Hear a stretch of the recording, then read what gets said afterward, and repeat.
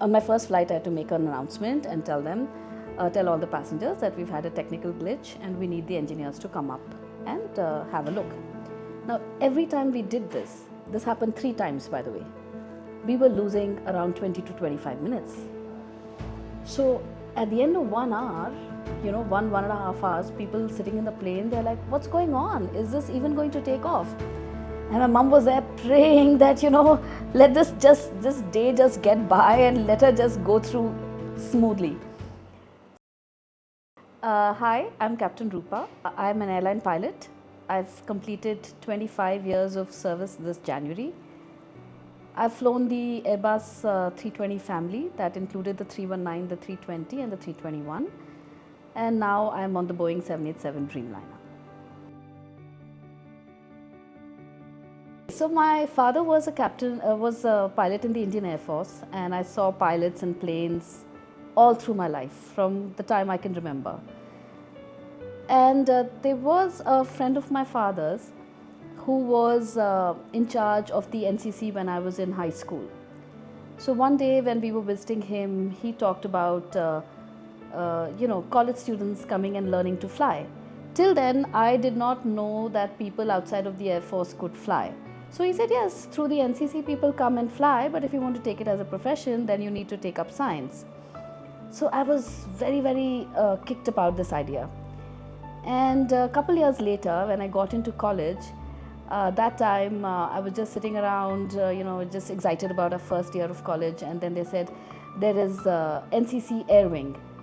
And then I remembered this conversation and I put up my hand and I said, okay, I want to be a part of this. So I came down to Jakur Flying Club and I got my first joyride. If you were to be that age and if you were to get a joyride, you would have been hooked on it. It really felt fantastic. The chief gliding instructor, Mr. BP Singh, gave me my first joyride, and it lasted a couple minutes. It was in a glider, and once we went up in air, and it was a tandem seater, so I sat in front and Sir sat behind me. The view that I got from there, the way the earth looked, the way everything appeared, it was magical, and I was totally hooked on it, and that's how I started.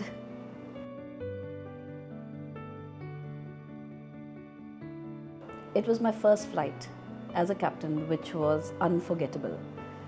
I was super excited. There are 2 really important days in a pilot's life. One is when you fly solo, as in your instructor teaches you how to fly, then they give you the plane to fly it all by yourself. That is a high. And the next time when you become a captain in an airline. So it was my time back in 2006 when I was to do my first flight as a captain. I was very excited and very early and very eager. And I had my mum with me. I said, Mum, it's my first flight, you must travel with me. So the plan was to go from Bangalore to Cochin, Cochin to Trivandrum, and Trivandrum back to Bangalore. So I was waiting, the aircraft parked, and the captains who brought it in came down, and they rattled out a couple of snags to me. And one of them was quite a big snag, which needed a lot of intervention from our engineering department. Then we went in, my first officer and me, we went in, and we looked at, the tech log, and we saw the snag. Then we went into our books to look.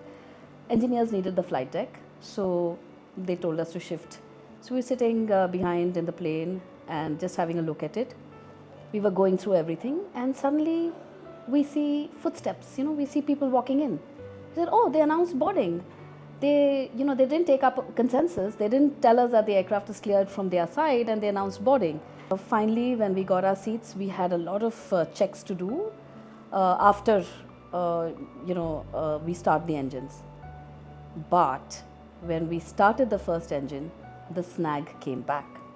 So on my first flight, I had to make an announcement and tell all the passengers that we've had a technical glitch and we need the engineers to come up and have a look. Now, every time we did this happened 3 times, by the way, we were losing around 20 to 25 minutes. So at the end of 1 hour, 1.5 hours, people sitting in the plane, they're like, what's going on? Is this even going to take off? And my mom was there praying that, let this day just get by and let her just go through smoothly. So that plane then had to get grounded, and we had another plane that was just parking next to us. So we had to shift all our passengers, to the other plane, and that went without any glitch. But that 1.5 hours was the most unforgettable time because it was my first flight.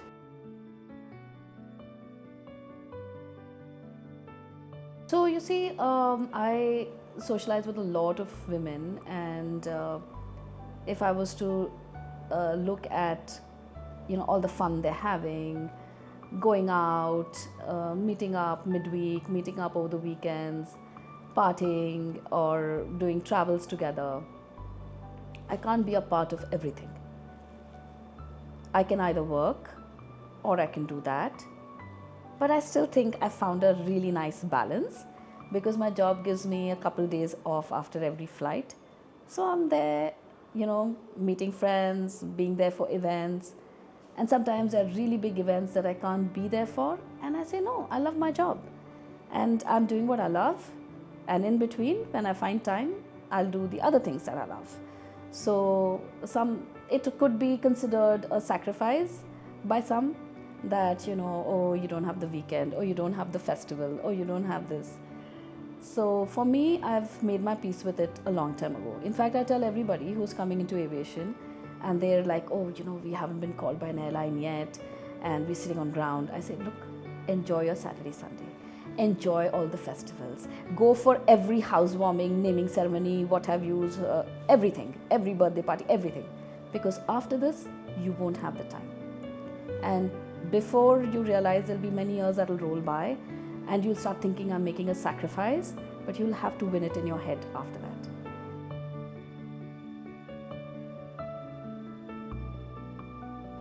First is an inner confidence and resolve. You should know